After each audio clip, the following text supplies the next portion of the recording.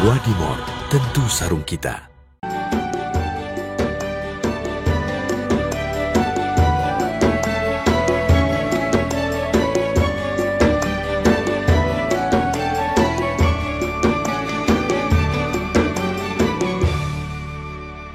Assalamualaikum warahmatullahi wabarakatuh.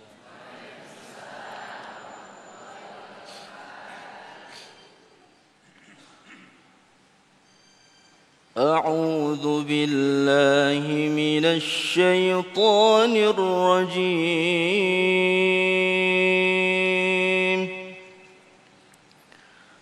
بسم الله الرحمن الرحيم.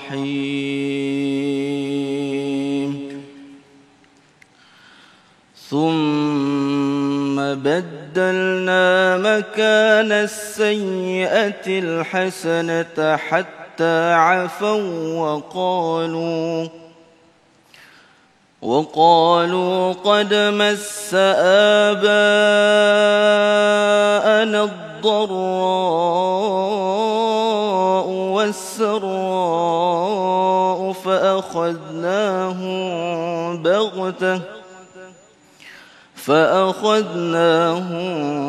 بغتة وهم لا يشعرون.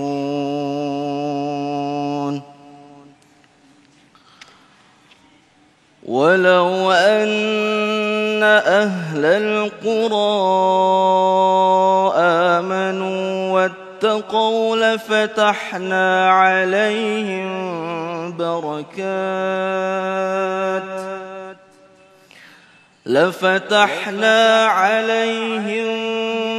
بركات من السماء والأرض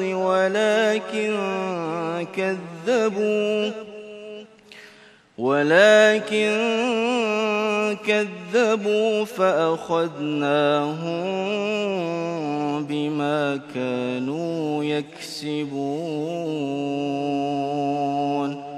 صدق الله العظيم. والسلام عليكم ورحمة الله وبركاته. Bismillahirrahmanirrahim. Assalamualaikum warahmatullahi wabarakatuh. Alhamdulillahirabbil alamin. Pemirsa, kita berjumpa kembali dalam Majelis Ilmu Damai Indonesiaku. Hari ini saya senang sekali rasanya Amel Sani dapat kembali menyapa Anda pada hari ini. Dan hari ini Damai Indonesiaku bersiaran secara langsung dari Masjid Ar-Rahmah, Jalan Pahlawan, Rempoa, Ciputat, Tangerang Selatan. Pemirsa yang dirahmati Allah Subhanahu wa Ta'ala, tentu setiap dari kita menginginkan keberkahan di dalam hidup ini di dunia. Dan tentu kita juga menginginkan ridho dari Allah Subhanahu wa Ta'ala. Lantas bagaimana cara kita dapat meraih keberkahan dalam hidup? Hari ini kita akan membahasnya dalam tema kunci keberkahan hidup. Tentu sudah bersama juga dengan sahabat saya Mas Sofyan yang sudah membersamai dengan guru-guru kita pada hari ini. Silakan Mas Sofyan. Baik, terima kasih Amel Sani. Assalamualaikum warahmatullahi wabarakatuh. Alhamdulillahirabbil alamin, hamdan katsiran thayyiban mubarakan fih. Asyhadu an la ilaha illallah wa asyhadu anna Muhammadar Rasulullah. Segala puji bagi Allah, kita kembali dipertemukan dalam Majelis Ilmu Damai Indonesiaku. Siang hari ini pemirsa, kita sudah bersama guru-guru kita yang nanti akan berbicara mengenai kunci keberkahan hidup. Seperti apakah kunci keberkahan hidup tersebut? Banyak sekali kita menjumpai orang dengan materi yang sangat berlimpah, rumah mewah, mobil mewah, namun di dalam hidupnya penuh dengan kegundahan dan kegelisahan. Apakah ini tanda-tanda sebagai hidup yang kurang berkah? Nah, siang hari ini pemirsa, kita akan mengkaji bersama-sama tentang kunci keberkahan hidup. Yang sudah hadir di tengah-tengah kita, ada Ki Haji Tata Sukayat, kemudian juga Ustadz Ahmad Khan, dan juga Ustazah Rima. Di segmen satu ini pemirsa, kita akan mendengarkan tausiah dari Ustadz Ahmad Khan mengenai hidup berkah dalam Islam. Pemirsa, inilah Damai Indonesiaku yang dipersembahkan oleh Sarung Wadimor, tentu sarung kita. Selamat mengikuti. Assalamualaikum warahmatullahi wabarakatuh.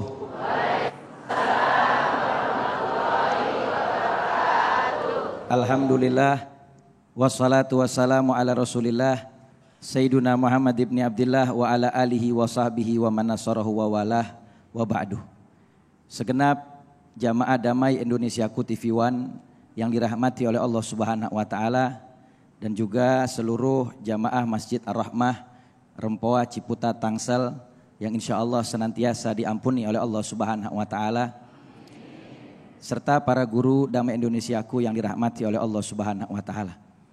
Alhamdulillah, pada kesempatan siang yang penuh barakah ini kita berkumpul bersama di dalam tempat yang mulia, di salah satu daripada taman sorganya Allah Subhanahu wa taala, dan ini semua tidak lain-lain dan bukan bentuk daripada kebarokahan yang diberikan oleh Allah Subhanahu wa taala kepada kita.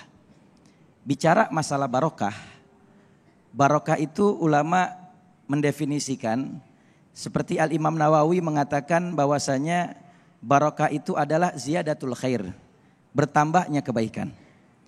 Di dalam tafsir Al-Imam Ibnu Abbas mendefinisikan barokah itu adalah thubutul khair ilahi fi syai'in, tetapnya kebaikan yang datang dari Allah Subhanahu wa taala pada sesuatu. Maka itu dinamakan dengan barokah. Kalau kata orang Betawi, berkah. Hidup yang penting kita berkah. Kalau saya boleh pinjam perkataan daripada guru saya, ada ilallah Al-Habib Ali Ibnul Imam Al-Gutub Habibul Barakah Al-Habib Abdurrahman As-Segab. Beliau pernah dan sering menyampaikan di dalam nasihatnya, dan beliau katakan barokah itu, beliau sering pakai bahasa ucapan daripada Al-Gutub Al-Habib Saleh bin Muhsin Al-Hamid Tanggul. Kalau bahasa gampangnya orang Betawi, barokah itu duit di kantong belum habis, udah nambah lagi, Bu. Itu namanya barokah. Makanan di rumah belum habis, udah datang lagi. Itu yang dinamakan dengan barokah. Jadi barokah itu adalah sesuatu yang mungkin terkadang tidak nampak oleh kasat mata, tetapi bisa kita rasakan. Makanya kata ulama, al-barakah junudun min junudillahi ta'ala yursiluha lima yasha. Kebarokahan itu adalah prajurit yang diutus oleh Allah Subhanahu wa taala kepada hamba Allah Subhanahu wa taala yang Allah kehendaki. Makanya kata ulama, barokah itu kalau ada pada waktu dan umur kita, maka niscaya umur yang Allah berikan kepada kita jadi manfaat buat kebaikan. Itu tandanya umurnya barokah. Karena banyak orang yang umurnya enggak barokah. Waktunya terbuang percuma dan sia-sia di dalam perkara yang tidak ada manfaat dan tidak ada gunanya. Contoh, ada orang yang umurnya sudah tua tetapi tidak bertobat kepada Allah Subhanahu wa taala, malah justru terjerumus dalam kemaksiatan dan perbuatan dosa. Padahal sudah dikatakan man balagha umruhu arba'ina sanatan walam yaglib khairahu syarahu falyatazas ilan nar. Siapa orang yang umurnya sampai 40 tahun tetapi keburukannya, kemaksiatannya, dosanya belum bisa dikalahkan dengan kebaikannya, tetap lebih banyak dosanya daripada amal solehnya, maka siap-siap dilemparkan ke nerakanya Allah Subhanahu wa taala. Na'udzubillah min dzalik. Jadi umur kalau barokah jadi manfaat. Waktu kalau barokah, waktunya juga jadi hal-hal yang produktif untuk kemaslahatan di dunia dan di akhirat. Maka lihat banyak orang yang waktunya terbuang sia-sia. Kata baginda Rasul Nabi Muhammad SAW, min husni islamil mar'i tarkuhu malayaknih. Di antara kesempurnaan seorang muslim adalah dia yang pandai memanfaatkan waktunya dan tidak menghabiskan waktunya untuk hal yang tidak ada gunanya. Kebarokahan itu luar biasa. Kalau kebarokahan itu terletak fil kasbi wal mal, di dalam pekerjaan dan di dalam harta seseorang, maka pekerjaannya itu tidak akan bikin dia lupa dari mengingat Allah. Ada orang ngojek, pas azan maghrib mampir ke masjid. Lempengan mau sholat dicolek dari belakang. Bang, anterin bentaran. Kemana? Sono daerah Bintaro. Kalau tuh orang berkah dia punya pekerjaannya, maka niscaya dia akan katakan, tungguin bang saya sholat dulu. Kalau abang mau kelar sholat saya anterin, kalau enggak cari yang lain. Tapi kalau dia punya pekerjaannya kurang kebarokahan dari Allah Subhanahu wa taala, maka dia akan bikin tuh pekerjaan jadi lupa untuk mengingat Allah Subhanahu wa taala. Akhirnya dia anterin lumayan, ditambahin 2 kali lipat bayarnya.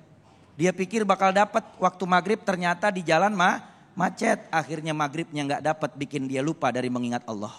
Begitu juga kebarokahan itu kalau ada pada harta, maka harta itu akan digunakan untuk kebaikan, akan dimanfaatkan untuk ibadah. Sehingga hartanya itu jadi manfaat, bukan malah mubadzir dan terbuang ke sana sini. Apalagi sampai dibelanjakan kepada hal yang diharamkan oleh Allah Subhanahu wa ta'ala. Kebarokahan juga kata ulama, apabila ada pada istri, pada suami, pada pasangan, pada keluarga, anak-anak kita, maka mereka semua akan bikin kita jadi ingat sama Allah Subhanahu wa ta'ala. Bukan malah bikin kita lupa dan lalai dari mengingat Allah. Tapi kan kebanyakannya zaman sekarang, kadang-kadang ada orang kagak sholat, ditanya kenapa, lagi ngajak main anak. Kan ngajak main anak kan ibadah, Allah juga maha tahu. Kadang-kadang ada yang suami ditanya kenapa ninggalin sholat, kan saya lagi cari nafkah. Cari nafkah kan kewajiban buat keluarga, Allah juga maha tahu. Hati-hati. Thalabul halal faridhatun ba'dal faridhah. Mencari rezeki yang halal adalah kewajiban setelah menjalankan kewajiban sholat. Mencari rezeki yang halal kewajiban setelah kewajiban menuntut ilmu. Jadi gak ada alasan buat ninggalin sholat gara-gara cari nafkah. Gak ada alasan buat ninggalin ngaji gara-gara cari nafkah. Maka kebarokahan kalau ada pada pekerjaan dan harta, maka niscaya pekerjaannya tidak akan membuat dia lalai dan hartanya akan selalu mendekatkan dia kepada Allah Subhanahu wa ta'ala. Begitu juga kalau kebarokahan ada pada keluarga, pada pasangan, pada anak-anak, maka niscaya keluarganya akan selalu senantiasa membawa kepada ridha Allah dan Rasulnya Nabi Muhammad SAW. Begitu juga dengan ilmu. Ilmu kalau barokah, maka ilmunya itu akan mudah dipahami dan mudah untuk diamalkan dalam kehidupan sehari-hari. Makanya ada dialog antara Al-Imam Ibrahim bin Adham dengan salah seorang kafir zindik yang gak percaya kalau barokah itu ada. Kata kafir zindik ini, dia bilang barokah itu mitos doang, gak ada tuh yang namanya barokah. Maka Al-Imam Ibrahim bin Adham, beliau tanya sama orang zindik itu. Orang zindik itu kata ulama adalah orang yang menampakkan keislamannya tapi menyembunyikan kekafirannya. Itu menurut pendapat Al-Imam Syafi'i, Imam Malik, Imam Ahmad bin Hanbal. Itu orang zindik. Nah, orang zindik ini dia gak percaya dengan barokah.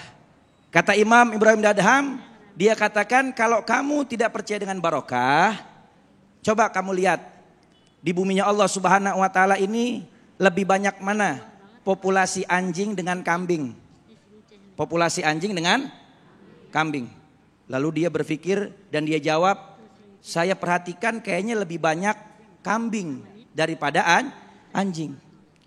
Lalu kemudian dia tanya, kalau menurut kamu di antara dua itu, kambing dan anjing, mana yang mereka itu menghasilkan reproduksi yang lebih banyak? Kata orang zindik ini, dia bilang kalau anjing itu sekali melahirkan bisa sampai 7 anak anjing. Kalau kambing hanya bisa sampai 3 anak saja. Berarti harusnya lebih banyak anjing. Tapi kenapa kok lebih banyak kambing? Padahal kambing itu disembelih buat hajatan, buat kondangan, buat resepsi, buat Idul Adha, buat akekah, sunatan, apalagi Bu, selamatan rumah, apalagi? Ya, buat dagang, macam-macam. Ya, tapi kok kelihatannya justru malah semakin banyak dan bertambah. Lalu kemudian kata Imam Ibn Adham, itulah yang dinamakan dengan barokah. Lalu orang zindik ini bingung. Dia bilang, kalau tamsilnya seperti itu, harusnya yang lebih banyak dan yang dapat barokah itu anjing, kenapa kambing? Lalu kemudian katanya Imam Ibn Adham, beliau jawab, kenapa kambing itu dapat barokah? Karena kambing itu tidur di waktu malam, tidak terlalu larut malam, dan bangun sebelum fajar, sehingga dia dapat rahmatnya Allah Subhanahu wa ta'ala. Makanya kebagian barokah. Sedangkan anjing sepanjang malam dia menggonggong terus, dan ketika mau fajar dia tidur. Akhirnya waktu turun rahmat dia gak kebagian rahmat, makanya gak dapat barokah. Itu yang namanya barokah. Duit di kantong belum habis, udah datang lagi. Assalamualaikum.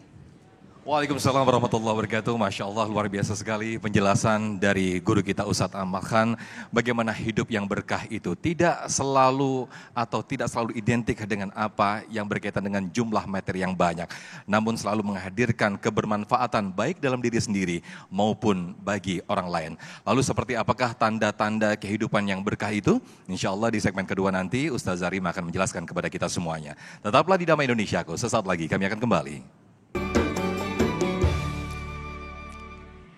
Terima kasih pemirsa, masih bersama kami dalam Majelis Ilmu Damai Indonesiaku. Pemirsa, kita akan kembali melanjutkan mendengarkan tausiah dari guru-guru kita. Dan kita akan semakin memperdalam mengenai kunci keberkahan dalam hidup. Dan kita akan mengetahui tanda-tanda keberkahan hidup yang akan dibahas secara mendalam oleh Ustaz Zarima. Silakan Ustazah.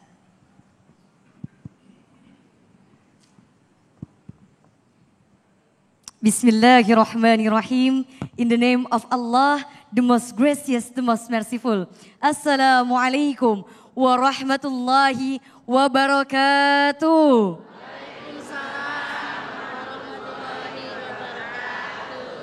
Alhamdulillah, alhamdulillahilladzi ja'ala al-qalama lil-kitabah wal-kitaba lil-ma'rifah wal-ma'rifatu lillahi rabbil alamin. Sama-sama bersyukur kepada Allah Subhanahu wa taala dengan sama-sama mengucapkan alhamdulillahi rabbil alamin. Bersalawat kepada Nabi Muhammad sallallahu alaihi wasallam dengan sama-sama mengucapkan Allahumma salli ala sayyidina Muhammad. Yang sama-sama kita hormati, kita muliakan tentunya guru-guru kita Ustadz Ahmad Khan. Juga yang kita hormati, kita muliakan guru kita Ustadz Tata Sukayat.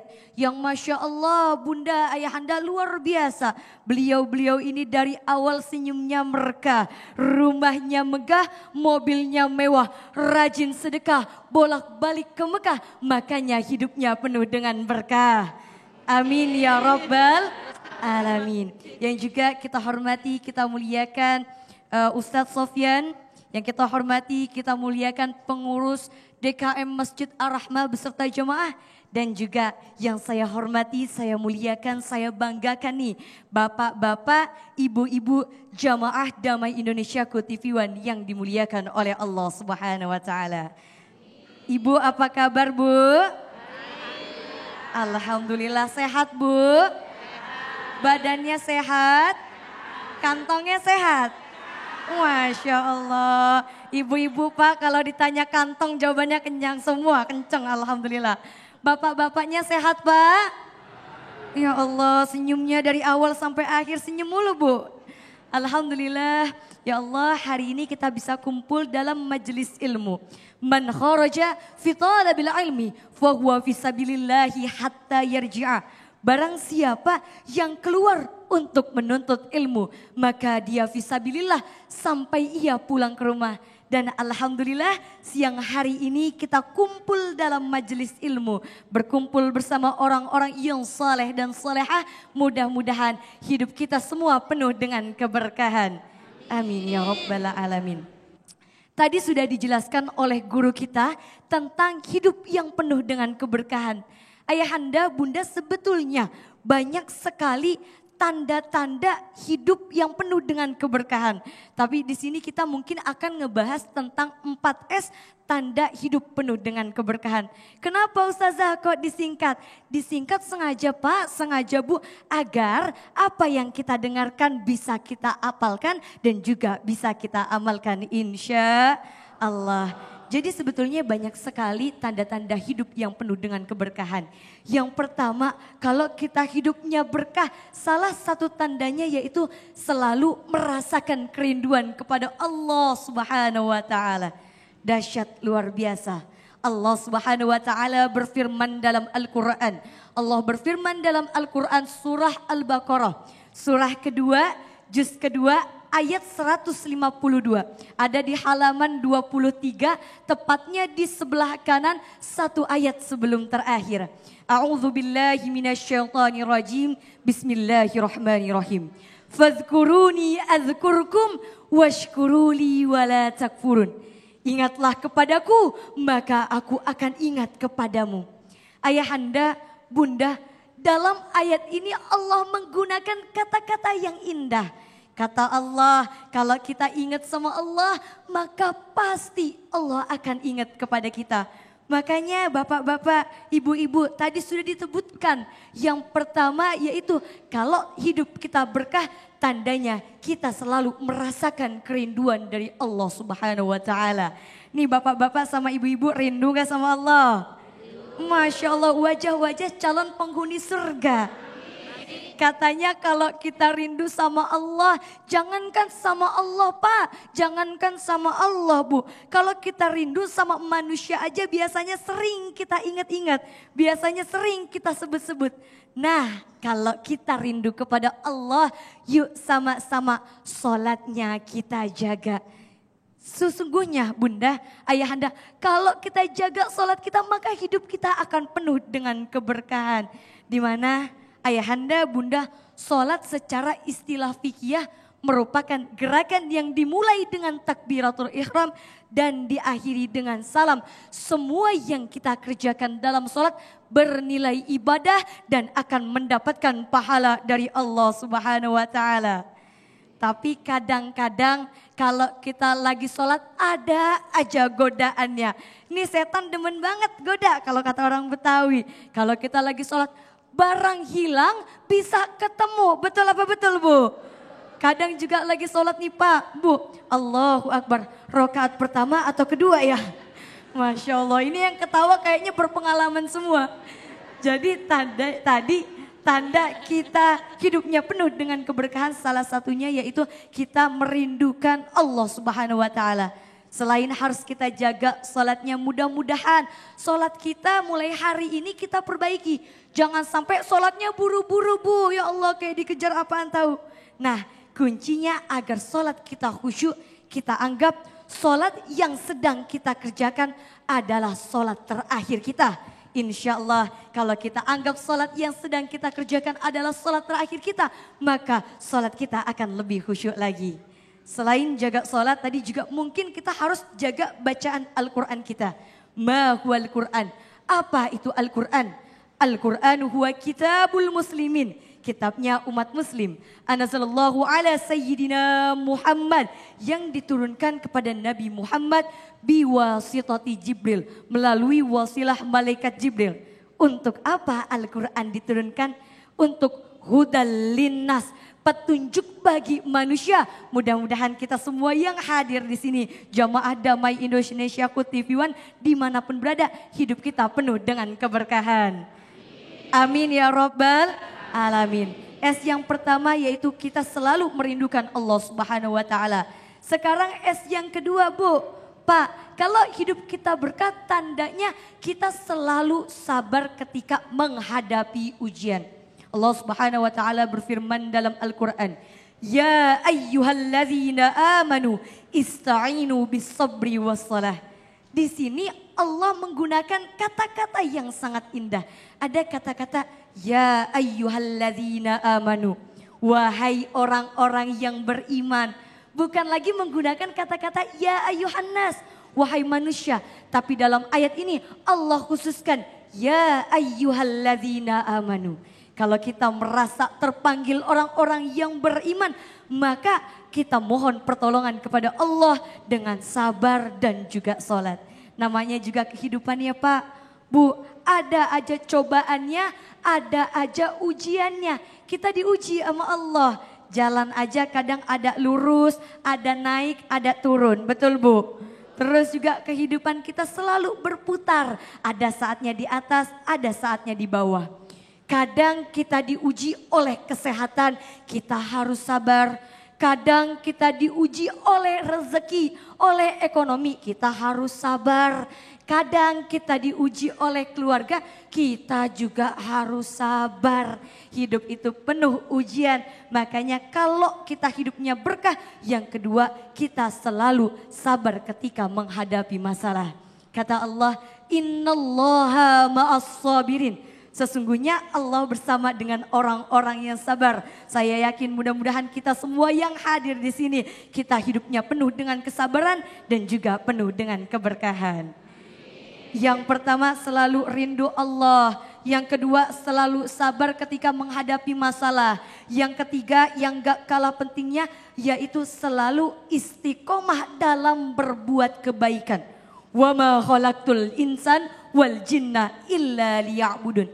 Tidaklah Allah menciptakan jin dan manusia kecuali untuk beribadah kepada Allah Subhanahu wa taala. Makanya Bu, kita ini diminta sama Allah istiqomah. Ustazah mah enak bilang istiqomah gampang, tapi jalaninnya yang susah. Betul apa betul Pak? Betul apa betul Bu? Ya Allah, tapi kita memang harus istiqomah. Jangan ketika ada masalah nih kita lari ke Allah baru sholat. Ada masalah baru kita lari ke Allah. Nah kita kapanpun dimanapun ada masalah gak ada masalah ya kembali lagi kepada Allah Subhanahu wa taala. Itu tadi yang ketiga, yaitu kita selalu istiqomah dalam berbuat kebaikan. Yang keempat, yang gak kalah pentingnya, yuk sama-sama kalau hidup kita penuh dengan keberkahan, yaitu kita selalu merasakan nikmatnya beramal soleh. Di mana kita sebagai manusia memiliki kewajiban, yaitu hablu minallah, menjaga hubungan kita dengan Allah Subhanahu wa taala, dan juga hablu minannas, menjaga hubungan kita kepada sesama manusia. Tadi Bunda, Ayahanda ini Ustaz Sofyan udah berdiri, tadi ada 4S. Yang pertama kita harus selalu rindu kepada Allah Subhanahu wa taala. Yang kedua kita selalu sabar. Yang ketiga kita selalu istiqomah. Dan yang keempat tanda hidup kita berkah, yaitu selalu merasakan kenikmatan dalam beribadah. Mudah-mudahan bermanfaat bagi kita semua. Al-afu minkum. Assalamualaikum warahmatullahi wabarakatuh. Waalaikumsalam warahmatullahi wabarakatuh. Terima kasih Ustazah Rima. Masya Allah, tanda-tanda kehidupan yang berkah telah disampaikan.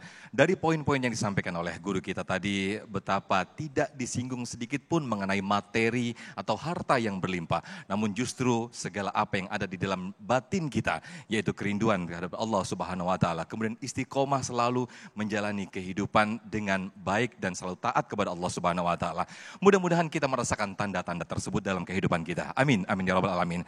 Nah di segmen ketiga nanti pemirsa, Kiai Haji Tata Sukiyat akan menyampaikan bagaimanakah kunci agar hidup kita selalu dalam keberkahan. Sesaat lagi tetaplah di Damai Indonesiaku yang dipersembahkan oleh Sarung Wadimor, tentu sarung kita.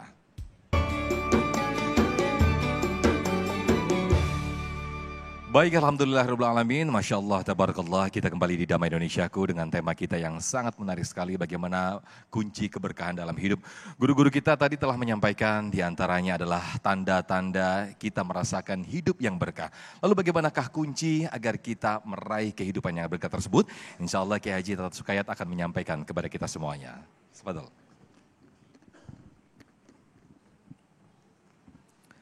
Assalamualaikum warahmatullahi wabarakatuh.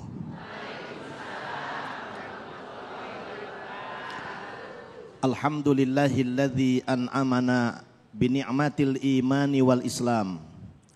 Assalatu wassalamu ala khairil imam wa ala alihi wa sahbihil kiram. Amma ba'du.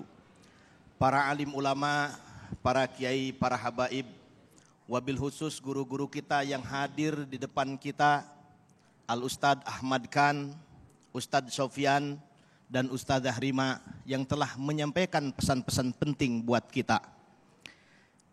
Jamaah yang sama-sama hadir di Masjid Ar-Rahmah Tangerang Selatan, semoga bapak-bapaknya semakin beriman, putra-putrinya semakin berkepribadian, ibu-ibunya semakin terampil berdandan, supaya cantik menawan, tidak kalah sama biduan. Malah karena nyadar akan diliput TV One, tidak mustahil ada ibu-ibu yang dandan sejak jam 8. Tetapi terpenting kita semua mudah-mudahan senantiasa berkah dan hidup berkecukupan. Mengapa kita ingin hidup berkah? Setidaknya ada 2 momen Nabi Muhammad SAW bermohon kepada Allah agar diberkahi.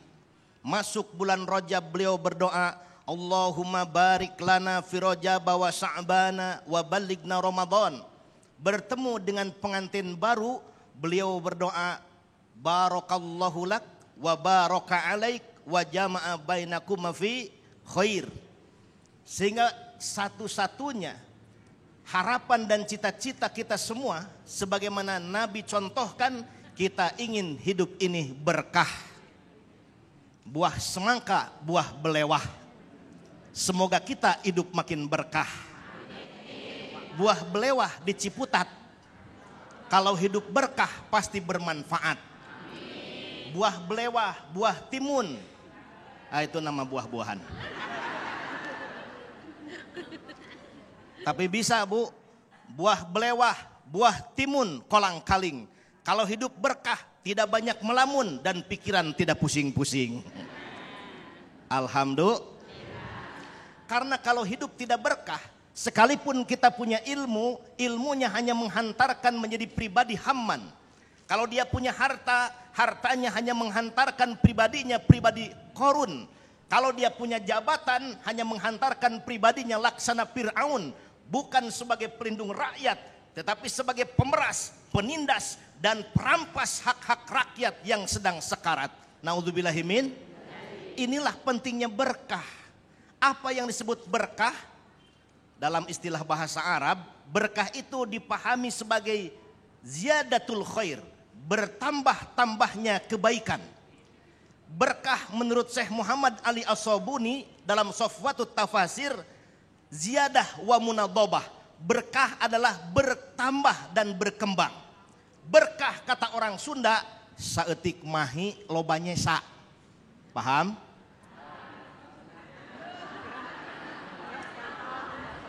Siga baringung kabeh ya. Jadi berkah pada intinya, kalau punya rizki sedikit mencukupi, banyak berlimpah, dia akan tersisa. Itu tandanya Dengan konsep berkah ini Pak, kita uji ibu-ibu yang hadir pada kesempatan ini. Semuanya istri solihah. Karena tahu konsep berkah, saya bertanya.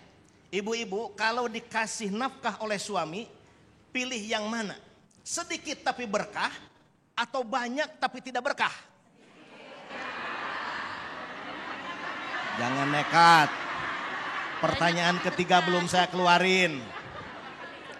Kelihatan cewek-cewek materinya semua nih. Kalau harus memilih, milih lebih baik sedikit tapi berkah. Betul? Buktikan Pak. Pulang pengajian di Damai Indonesiaku TV One ini, sampailah di rumah, suaminya soleh, istrinya solihat. Kata suaminya, Dinda tersayang, Kanda punya uang nafkah buat kehidupan keluarga 100.000, semoga berkah cukup setahun. Istri solehah bukan macam begini Pak. Dia tatap wajah suaminya dengan penuh rasa mesra dan cinta. Seraya berkata kepada suami tercinta, Kanda tersayang, jangankan uang 100.000 untuk 1 tahun, tak sepeser pun asal hatimu tak bercabang dua. Aku kan setia mendampingimu hidup semati. Kalau tidak percaya, belahlah dadaku ini. Ibu-ibu, pertanyaannya, berkah itu di mana kita peroleh? Karena dengan berkah hidup, kalaupun kita punya kekuasaan, kekuasaan itu akan berfungsi menjadi payung untuk bernaung setiap orang. Kalau kita berkah, punya ilmu, ilmunya menjadi pelita di tengah gelapnya peradaban. Kalau kita punya harta, harta yang berkah bisa membantu kepada mereka yang membutuhkan. Inilah ciri dan cara hidup yang berkah yang sangat kita harapkan. Dari mana kita memperoleh berkah? Kurang lebih pertanyaan dari Mas Sofyan seperti itu. Ada 3 cara memperoleh berkah Allah berdasarkan Al-Quran. Al-Quran surah Al-A'raf ayat 96, Allah berfirman, A'udzubillahi minasyaitonir rajim. Walau anna ahlal qura amanu wattaqau lafatahna alaihim barakatim minas sama'i wal ard. Walakin kadzabu fa'akhadnahum bima kanu yaksibun.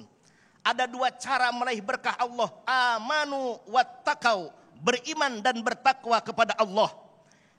Iman yang dibenarkan dengan hati, meyakini langit, bumi, dan seluruh alam termasuk kita diciptakan Allah. Ini iman secara rububiyah. Yang kedua, meyakini tiada ilah kecuali Allah sebagai ma'bud objek yang kita ibadati. Maka praktiknya sesuatu yang sudah diyakini dengan hati, diucapkan dengan lisan. Berikutnya kita mengamalkan ajaran keimanan kita. Wa amalun bil arkan. Hamba-hamba Allah yang bulat imannya seperti ini, hidupnya pasti berkah. Allah datangkan rizki dari arah yang tidak disangka-sangka. Allah permudah segala urusannya dan Allah angkat semua permasalahannya bagi orang yang beriman kepada Allah. Yang kedua, untuk meraih berkah, wattaqau, bertakwa kepada Allah. Takwa yang dipahami oleh para alim ulama. Imtisalu awamirillah wajtinabun nawahi. Melaksanakan perintah-perintah Allah, meninggalkan dan menanggalkan apapun yang dilarang Allah, maka dia menjadi pribadi yang humble, tarkul manahi wa tarkul ma'asi, kuat melawan apapun yang dilarang Allah dan hebat meninggalkan debu-debu kemaksiatan yang bisa merusak keberkahan hidup dan kehidupan.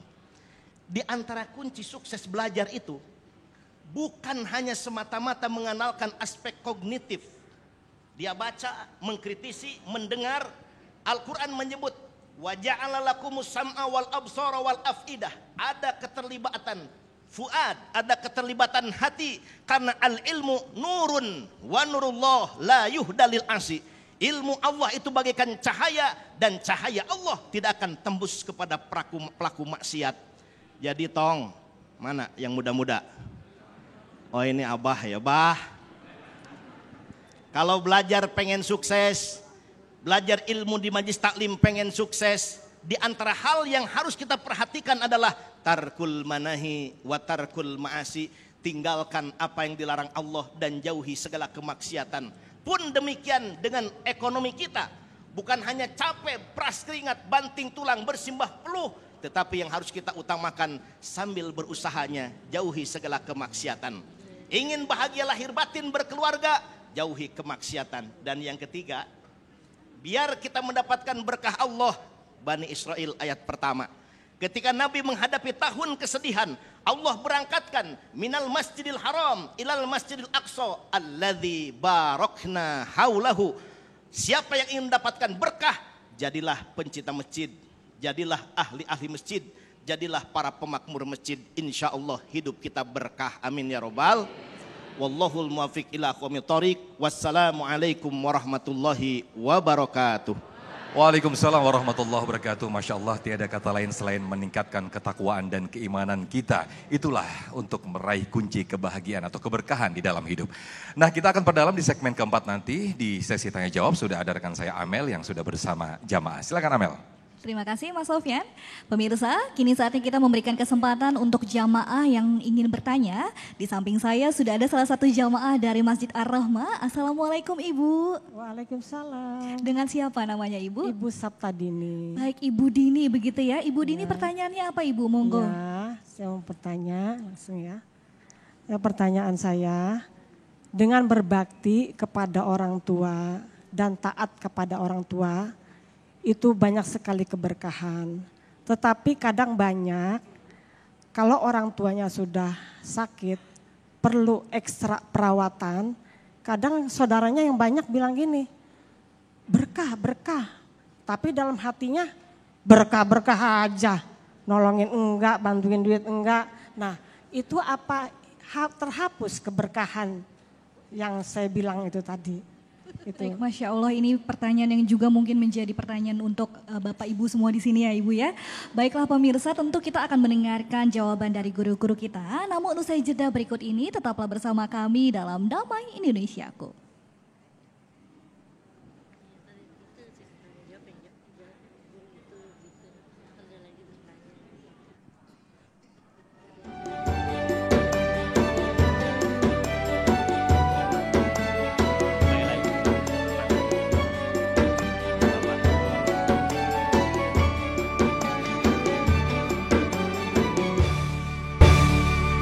Baik, terima kasih masih di Damai Indonesiaku. Kita tiba di segmen tanya jawab pemirsa, seperti apa yang ditanyakan tadi Ibu Dini. Menarik ini apa yang ditanyakan Ibu Dini, bahwa di dalam merawat orang tua, khususnya yang sudah sepuh, ini sering sekali kita harus ekstra sabar. Belum lagi ketika ada bisikan-bisikan yang membuat kita justru mengurangi rasa ikhlas. Nah, apakah nilai keberkahan ini akan terhapus begitu ya Ibu Dini ya? Insya Allah nanti akan dijawab oleh guru-guru kita. Yang pertama Ustadz Ahmad Khan, kemudian nanti Ustadz Kiai Haji Tato Soket dan juga Ustadz Zarima. Ustadz Ahmad Khan, fadal. Subhanallah, kalau bicara tentang berbaktinya anak sama orang tua, mengurus orang tua itu adalah anugerah dari Allah Subhanahu wa taala. Baik dalam keadaan orang tua sehat, terlebih lagi ketika orang tua sedang sakit. Bahkan kewajiban anak untuk berbakti sama orang tua bukan hanya saat orang tua masih hidup, bahkan setelah orang tua wafat, maka anak juga terus berbakti sama orang tuanya dengan cara mendoakan mereka dan melakukan segala aktivitas kebaikan yang pahalanya dihadiahkan oleh orang tuanya. Saya teringat perkataan guru saya, ada ilallah Abuya Kiai Haji Nur Hasanuddin Abdul Latif. Beliau pernah mengatakan bahwasanya birrul walidain dinun wadain. Fal ula ta'khuduka ilal jannah wa tsaniyah yarudduhu laka abnauka. Urusan bakti sama orang tua itu adalah urusan agama dan urusan hutang. Bakti sama orang tua, urusan agama dan urusan hutang. Kenapa dikatakan urusan agama? Karena perintah Allah yang akan membawa anak yang berbakti sama orang tuanya ke surganya Allah Subhanahu wa taala. Dan kenapa jadi urusan hutang? Karena ketika anak berbakti sama orang tua, pasti bakal dibayar nanti sama anak-anaknya. Di saat kita bakti sama orang tua kita, sayang sama orang tua kita, perhatian sama orang tua kita, merawat orang tua kita, nanti di saat kita jadi orang tua, anak-anak kita akan bakti, perhatian, peduli, sayang kepada kita. Tetapi hati-hati kalau kita durhaka sama orang tua, tidak peduli sama orang tua, apalagi kita sampai merasa menyesal atau kesal ketika kita merawat orang tua, maka bisa jadi nanti di saat kita menjadi orang tua, Allah jadikan anak-anak kita durhaka kepada kita. Na'udzubillah min dzalik. Maka jangan rusak ibadah yang sudah kita lakukan di dalam merawat dan juga di dalam menolong orang tua kita. Ikhlaskan karena Allah Subhanahu wa taala. Ya sesekali kalau kesel wajar, namanya manusia dibisikin sama setan. Tapi bagaimana caranya di saat kita digagalkan sama setan, balik-balik lagi ingat sama Allah Subhanahu wa taala. Begitu ya. Baik, berikutnya Ustaz Zahrima mungkin bisa menambahkan apa yang ditanyakan oleh Ibu Dini tadi. Silakan Ustazah. Masya Allah, pertanyaannya tentu luar biasa sekali ya Ibu Dini. Mungkin kita ini kadang pengen ngerawat orang tua, tapi mungkin kalau terlalu lama ada mungkin godaan dari syaitan gitu. Ya Allah, ini kok nggak sembuh-sembuh. Nah ayahanda, bunda, kita mungkin di sini udah merasakan jadi orang tua. Kita ini kan hidup di dunia hanya sementara. Kullu nafsin dha'iqatul maut. Setiap yang bernafas, setiap yang berjiwa tentunya akan meninggal, tentunya akan wafat. Nah, di sisa-sisa umur orang tua kita, yuk sama-sama kita baktikan diri kita abdikan diri kita kepada orang tua. Masya Allah, kalau kita lihat pengorbanan orang tua dari pagi sampai malam, apalagi kita yang udah jadi orang tua ya Bu ya, tahu betul dulu besarin anak gimana ya kan. Nah kita sebagai orang yang sudah merasakan, yuk sama-sama kita rawat orang tua kita dengan sebaik-baik mungkin. Jangan sampai nanti orang tua kita sudah meninggal baru kita menyesal. Jangan sampai nanti orang tua kita sudah meninggal baru kita merasakan kegelisahan. Mumpung orang tua kita masih ada, kita harus rawat dengan sebaik-baiknya. Yang paling pertama kalau ngomongin sabar itu berkaitan dengan ikhlas. Insya Allah apa yang kita lakukan di dunia khususnya untuk orang tua kita, apalagi ibu, surga di telapak kaki ibu. Kalau kita sabar, kalau kita ikhlas, insya Allah pahalanya luar biasa. Di mana Allah Subhanahu wa taala berfirman dalam Al-Qur'an, wa'budullaha wa la tusyriku bihi syai'a wa bil walidaini ihsan. Dan kita ini diminta untuk berbuat baik kepada kedua orang tua. Sekian Ustaz. Baik, terima kasih Ustaz Zarima. Sudah ada Amel yang bersama jamaah dengan pertanyaan berikutnya. Silakan. Baik Mas Sofyan, di sebelah saya sudah ada salah satu jamaah lagi yang ingin bertanya. Assalamualaikum Bapak. Waalaikumsalam warahmatullahi wabarakatuh. Dengan siapa namanya Bapak? Pak Asyikin. Pak Asikin, baik monggo Pak. Pertanyaannya apa? Para ustadz yang dimuliakan oleh Allah. Assalamualaikum warahmatullahi wabarakatuh. Kami sudah mendengar betapa indahnya hidup yang penuh dengan keberkahan. Dan pasti semua kita menghendaki keberkahan hidup dari Allah Subhanahu wa Ta'ala. Pertanyaannya sederhana Pak Ustadz. Yang susah itu bagaimana mencari kunci supaya kita bisa membuka keberkahan itu. Saya kira itu demikian. Masya Allah, terima kasih Bapak Asikin sudah bertanya. Monggo untuk Ustadz Tata untuk bantu menjawab. Terima kasih. Alhamdulillah, terima kasih Pak Asikin, orangnya asik mulu nih kayaknya. Namanya juga Asikin. Dan kita hidup asikin aja. Pertanyaan juga pelan tapi dalam. Pertanyaannya langsung kunci, Bu. Ibu punya rumah kagak ada kuncinya gimana? Mau lewat jendela lompat. Untuk mendapatkan berkah Allah yang paling kunci ini. Allah itu berkahnya akan turun kepada hamba yang mendapatkan ridho darinya. Untuk mendapatkan ridho Allah, salah satunya tadi yang sudah disampaikan oleh para guru kita. Raih ridho kedua orang tua kita. Ridhollahu fi ridhol walidain wa suhtullah fi suhtil. Ridho Allah terletak pada ridho kedua orang tua kita dan murkanya Allah terletak pada murka kedua orang tua kita. Jadi untuk tabarukan, mencari berkah yang utama dan pertama setelah kepada Allah Subhanahu wa Ta'ala, berikutnya kepada kedua orang tua kita. Al-Isra ayat 23 ayatnya. Wa qadha rabbuka alla ta'budu illa iyyahu wa bil walidaini ihsana. Jika kita sudah mampu beribadah kepada Allah tanpa mempersekutukannya, berikutnya kita ihsan kepada kedua orang tua kita. Kalau beribadah kepada Allah sesuai dengan prinsip keimanan dan ketakwaan kita, kita sudah mendapatkan tiket berkah. Berikutnya kunci berkah ada ridho kedua orang tua kita. Yang nanti kedua orang tua itu pemaknaan di dalam Islam sedikitnya ada 3. Orang tua, kedua orang tua kita penyebab lahir ke dunia, emak dan bapak kita tuh. Yang kedua, guru-guru kita yang melahirkan kita menjadi orang baru.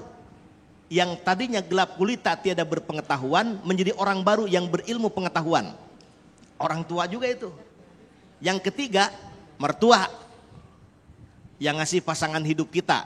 Ittaqullah fin nisa fa innakum akhadtumuhunna bi amanatillah. Kita dititipin bapak-bapak terutama, dikasih anaknya sama mertua. Dia gedein dari kecil, diurus, dididik, udah gede dikasih ke suaminya, dibawa pergi untuk dibahagiakan. Amin ya robbal. Maka orang tuanya, orang tua istri kita atau suami kita itu sudah menjadi orang tua kita. Guru suami jadi guru istrinya jadi guru suaminya. Orang tua suaminya itu orang tua istrinya, orang tua istri orang tua suaminya. Tadi kata Ustadz Ahmad kan, andai kita berbuat baik pada kedua orang tua kita, Allah membalasnya, anak-anak kita berbuat baik dan berbakti kepada kita. Tapi andai kita tidak berbakti kepada kedua orang tua kita, nggak usah diminta, anak juga kagak idep ngurusin ibu dan bapaknya. Dari situ keberkahan akan menjauh. Mestinya keberkahan berlabuh, tetapi karena tidak ada ridho kedua orang tua, maka keberkahan itu semakin menjauh. Carilah ridho pada ridho kedua orang tua kita. Raihlah berkah pada keberkahan kedua orang tua kita. Baik, Masya Allah, terima kasih Kiai Haji Tata Sukaya, kemudian juga Ustadz Amahan dan juga Ustadz Zarima atas jawaban-jawaban yang disampaikan. Kunci keberkahan dalam hidup adalah adanya kebermanfaatan hidup, adanya kebermanfaatan ilmu, adanya kebermanfaatan harta, meskipun itu sedikit. Yang penting kita merasakan keberkahan dan juga dirasakan oleh semua yang ada di sekitar kita. Baik pemirsa, di segmen 5 nanti kita akan masuk di segmen bincang keluarga.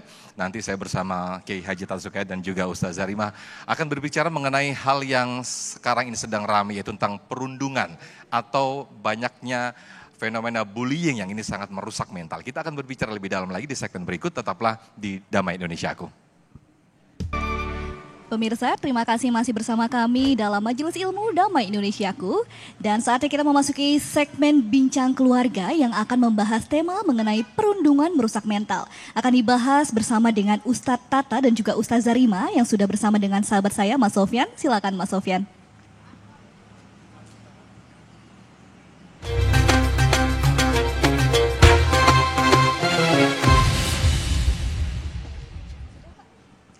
Baik, terima kasih pemirsa. Kita masuk dalam segmen Bincang Keluarga dengan tema yang sangat menarik sekali yang ini sudah terjadi di mana-mana, yaitu perundungan merusak mental ataupun bullying ya. Saya sudah bersama Ustaz Zarima dan juga Kiai Haji Tata Sukayat. Terlebih saya terlebih dahulu ke Ustaz Zarima dalam kacamata anak muda karena ini ustazah muda ya. Bagaimana melihat fenomena seperti ini dari kacamata anak muda, baik itu mungkin di sekolah, kemudian di kampus, ini juga mungkin terjadi. Bagaimana Ustaz Zarima memandangnya? Oke, gini ya Ustadz. Tentang perundungan sebenarnya miris banget ya teman-teman. Perundungan ini lagi marak banget. Bully lagi marak di mana-mana, baik dari sekolah, kampus ataupun di tempat-tempat lain ya kan. Padahal kita sebagai generasi muda nih, syubbanul yaum rijalul ghad. Pemuda hari ini adalah pemimpin di masa depan. Seharusnya kita ini yang nantinya akan meneruskan bangsa kita. Tapi sayang banget kalau banyak banget dan marak banget terjadinya perundungan, bully, apalagi sama adik kelas. Nah khususnya untuk para pelaku nih, emang buat apa sih kalian ngelakuin pembulian, buat apa kalian ngelakuin perundungan kayak gini? Mungkin mereka menganggap keren gitu kali ya Ustadz ya. Mungkin mereka menganggap wow gitu, berhak atas membuli adik-adiknya. Tapi sesungguhnya kalian itu yang ngebully adik-adik itu malah pecundang gitu. Dan juga untuk korban, nah kita sebagai korban gak bisa diem aja, kita harus berani speak up. Boleh kita ngomong ke guru-guru kita, ataupun kalau nggak berani ngomong ke guru, seharusnya kita ngomong ke orang tua kita. Dan orang tua ini harus jadi garda terdepan untuk anak-anaknya. Karena kalau kita diem aja nih, kita nggak speak up, kita nggak ngomong ke orang tua kita, nggak ngomong ke teman kita, nggak ngomong ke guru kita, itu sama aja kita membiarkan pembulian terjadi. Dan ini yang perlu jadi catatan, bukan hanya korbannya, bukan hanya pelakunya, tapi buat teman-teman juga yang ngelihat pembulian ini juga harus kita stop. Jangan sampai pembulian terjadi apalagi berkepanjangan. Oke, kalau melihat dari faktanya atau pengalaman dari Ustaz Zarima di kampus ataupun di sekolah, ada tidak sih dampak bagi korban ataupun pelaku daripada perundungan atau bullying ini Ustaz Zarima? Betul banget, kalau masalah dampak tentunya perundungan ini, pembulian ini itu berdampak banget kepada mental seseorang. Ya kan, dimana dia dibully ya kan, mulai dari kata-kata, dibully dari lisan ya kan. Apalagi sekarang ini udah zamannya sosial media ya kan. Dibully bukan hanya dari lisan tapi juga dibully dari sosial media. Ini tentunya merusak banget, banyak temen aneh Ustaz ya, temen aneh juga yang ngerasain dibully. Tentunya itu merusak mental mereka dan jadinya mereka itu semakin takut. Makanya gak perlu takut, kita harus berani speak up. Gitu. Baik. Nah saya ke Ustadz atau Kiai Haji Tata Sukayat sebagai orang tua, kita sebagai orang tua ini bagaimana melihat fenomena perundungan ini yang semakin marah, kemudian juga bahwa bahkan yang kemarin ini terjadi, gurunya ini justru memuji si pelaku perundung ini. Ini bagaimana Kiai Tata melihatnya? Ya, perspektif zaman now dan zaman old. Jamaah kita nih. Ya, generasi milenial dan kolonial. Kalau pada zaman dahulu, kejadian-kejadian seperti ini tidak terlalu banyak. Ya. Pertama, ada rasa perasaan di lembaga-lembaga pendidikan, senior itu menjadi kakaknya, betul, menjadi abangnya. Sedangkan adik-adik angkatan itu diperlakukan seperti adiknya sendiri. Dan guru seniornya ini jadikan juga oleh guru itu sebagai pendidiknya. Misalkan, Mas Sofyan, kalau di pesantren, ya, junior itu tidak belajar langsung ke kiai, tapi ke seniornya. Oke. Maka ada kelas-kelas yang difungsikan. Kelas 1, 2, dan 3 itu bukan hanya berfungsi untuk memposisikan level anak pendidikan, tetapi juga yang level 2 ngajar ke yang level 1, yang level 3 ngajar ke yang level 2. Maka kalau kelas di pesantren ada murotal. Untuk yang baru belajar Al-Quran, kelas murotal, dia belajar ke seniornya yang sudah yang mu'alam belajar ke kelas murotal, yang kelas murotal nanti belajar ke yang tingkat muzawad. Nah, kalau itu yang terjadi, maka tanpa sengaja jiwa yang tumbuh dari senior itu adalah jiwa guru, bukan jiwa senior yang berlaku hukumnya adalah hukum rimba. Siapa yang kuat, dia yang bertahan. Itu model gagah-gagahan Ada begitu balas tidak dendam ada. begitu Ada ya? balas dendam itu. Nampaknya itu yang kurang terjadi, memfungsikan kelas 2 untuk ngajarin kelas 1, kelas 3 ngajarin untuk kelas 2. Memang tidak harus ngajar semua pelajaran, tetapi ada proses pendewasaan yang ditugaskan oleh pihak lembaga-lembaga pendidikan untuk memberikan pengetahuannya, transfer knowledge dan lain sebagainya. Dan itu biasanya di organisasi masih berjalan biasanya. Yang kedua, orang tua memang harus betul-betul mengawasi. Kita semua tahu perilaku itu sangat menyimpang. Dan penyimpangan itu dipengaruhi setidaknya oleh 2 faktor. Faktor yang pertama, mungkin keturunan. Dari orang tuanya yang biasa bersikap keras, mendidik anaknya juga keras. Dari keras kepada anak dari orang tuanya itu melahirkan jiwa dia keras dan memperlakukan itu kepada orang lain. Yang kedua, faktor lingkungan. Dan lingkungan bukan hanya lingkungan yang langsung, tapi lingkungan yang tidak langsung. Media sosial, saya rasa memberikan pengaruh. Adegan-adegan kekerasan yang dilihat itu bisa jadi motivasi untuk melakukan kekerasan. Baik, kalau tadi Ustaz Zarima memberikan solusi speak up gitu ya. Nah, kita sebagai Kiai Tatus Sugeng sebagai seorang ulama, bagaimana Islam memberikan solusi terhadap kasus ini? Pertama, Islam memandang, Mas Sofyan, ini hal yang dolim. Betul. Baik yang menjadi korban ataupun pelakunya. Yang jadi korban ini korban kedoliman. Sehingga Quran menyebut bullying ini sebagai istihja, mengolok-olok, atau sukhriyah, atau iltimaz ya, wal talmizu anfusakum bil alqab, dan itu sangat dilarang oleh Islam itu. Misalkan surah Al-Hujurat melarang itu. Maka yang paling utama adalah menguatkan nilai-nilai keagamaan dan nilai-nilai kebudayaan yang ada, baik di lingkungan sekolah, lingkungan rumah masing-masing, ataupun di lingkungan masyarakat. Sehingga masyarakat harus jadi kontrol sosial. Kalau ada indikasi ke arah situ, jangan dibiarkan. Jangan mentang-mentang ini bukan anak gua, anak orang. Anak orang harus diperlakukan sebagai anak kita sendiri ketika mendapatkan perlakuan tidak baik. Baik. Harus ada tanggung jawab, sensitivitas, dan kita menjadi kontrol sosial yang kuat untuk itu. Baik, terima kasih Masya Allah Kiai Haji Tatus Sugeng dan juga Ustaz Zarima atas bincang-bincang tadi. Mudah-mudahan tidak terjadi, terakhir sekali dan juga tidak akan pernah terjadi kasus bullying ini ya. Baik pemirsa, masih di Damai Indonesiaku. Di berikutnya nanti kita akan berdoa bersama-sama dengan guru-guru kita. Tetaplah di Damai Indonesiaku.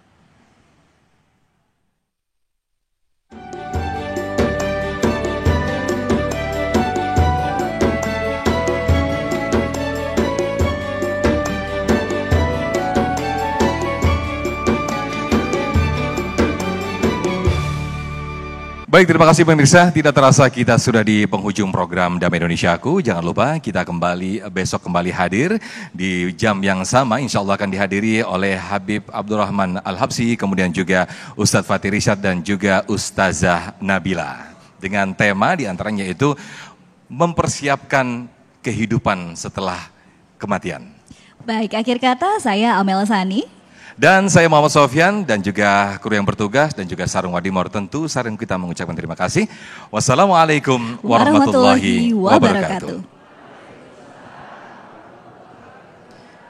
Mari sama-sama kita angkat kedua tangan kita sempurnakan majelis ini dengan doa. Bismillahirrahmanirrahim. Alhamdulillahirabbil alamin. Allahumma shalli wa sallim ala sayyidina Muhammadin wa alihi wa sahbihi wa barik wa sallim ajmain. Allahumma inna nas'aluka ziyadatan fid din wa barakatan fil umur wa sihatan fil jasad wa si'atan fil rizki wa taubatan qoblal maut wa syahadatan indal maut wa magfiratan ba'dal maut wa afwan indal hisab wa amanan minal adab wa nasiban minal jannah warzuqna nadhara ila wajhikal karim warzuqna syafa'atan nabil amin birahmatika ya rahmar rahimin. Allahumma barik lana fi auladina, Allahumma barik lana fi auladina, Allahumma barik lana fi auladina wa azwajina wa dzurriyyatina wa la tadarrahum wa fiqna wa fikum li taatika warzuqna birrahum. Wa sallallahu ala sayyidina Muhammadin nabil ummi wa alihi wa sahbihi wasallam walhamdulillahi rabbil alamin.